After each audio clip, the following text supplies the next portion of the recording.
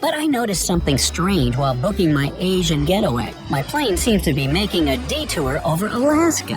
Why is my plane going out of its way to avoid the Pacific Ocean? Is this a mistake? Did I accidentally sign up for the Caribou route? At first, you might think this was a safety issue. The Pacific is the largest and deepest of the world's oceans. If a plane encounters a problem over a seemingly endless and bottomless pond of water, the pilots are going to have a rough time finding a safe spot to set her down.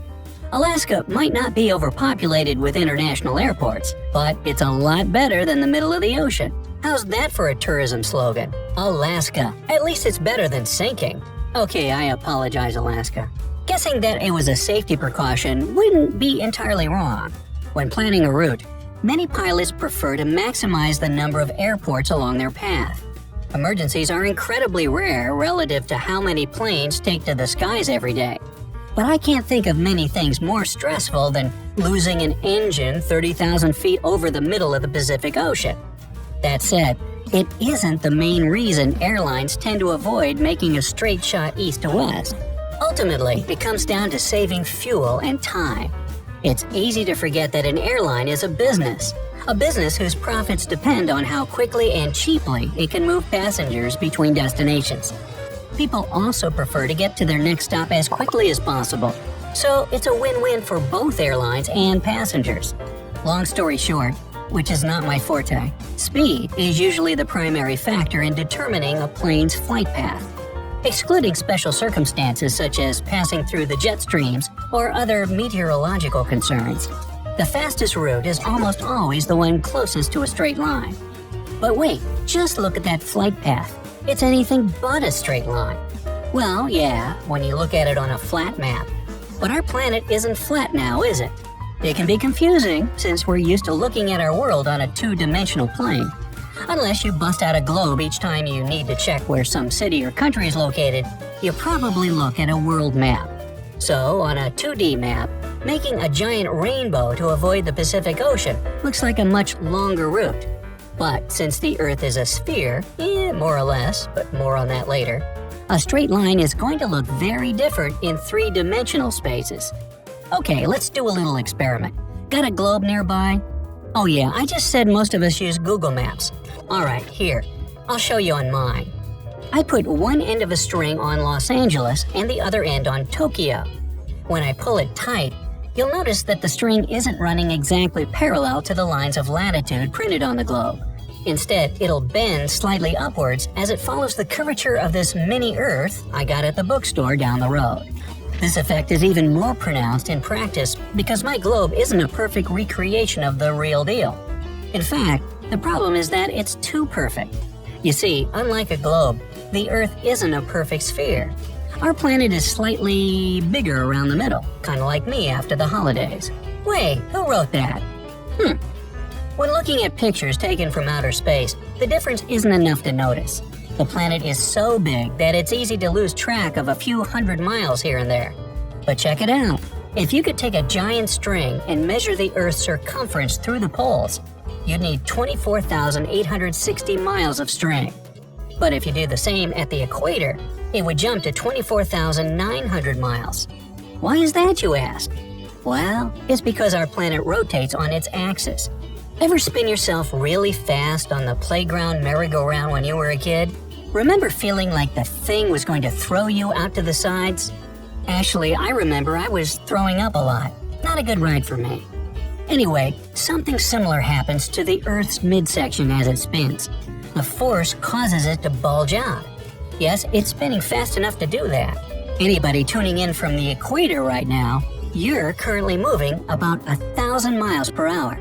That 40-mile difference in the Earth's width might not seem like very much, but when it comes to the surface area of an entire planet, that little bit of added girth can go a long way.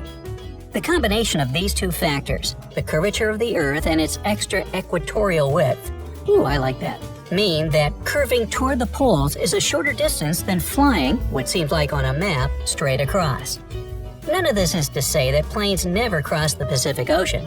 People have to get to Australia somehow, I guess, I'm not so much into giant insects and spiders, but hey, to each his own. Just kidding, Australia. Anyway, planes will also venture over open water to avoid storms.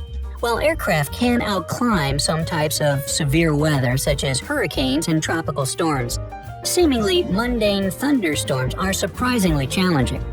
With clouds reaching altitudes of over 60,000 feet, airplanes are advised to steer around instead of into or over them. It's almost unheard of for modern aircraft to be brought down by severe weather.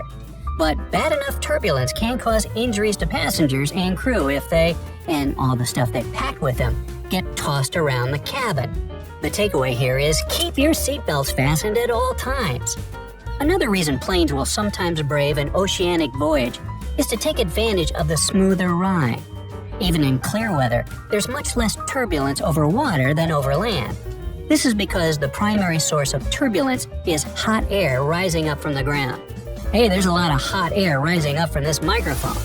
Water distributes heat a lot better than soil, so flights over the ocean are often much smoother. The other primary consideration for determining flight paths are air currents, namely the jet streams. These high-altitude air currents exist near the top of the troposphere. That's the lowest layer of the Earth's atmosphere, and the one where most weather occurs. The border between the troposphere and the next layer up, the stratosphere, is known as the tropopause. Its altitude fluctuates between 4 and 12 miles above the Earth's surface. This fluctuation results in rapid shifts in air temperature and pressure, which creates a wind tunnel that can reach speeds of over 200 miles per hour. These extreme speeds are most common in winter, when the temperature difference is greatest, but regular wind speeds of 80 to 140 miles per hour are nothing to scoff at, so keep your scoffing to yourself.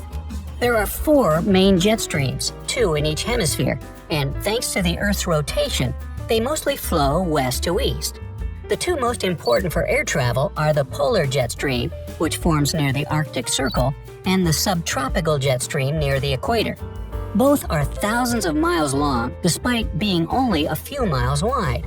Flying with a jet stream can shave several hours off of a trip, but flying into it can slow the plane down considerably. It's also worth noting the risks associated with jet streams. The biggest hazard is a kind of turbulence known as clear air turbulence, which occurs along the edges of the streams. This kind of turbulence is nearly impossible to predict and far more intense than the usual variety.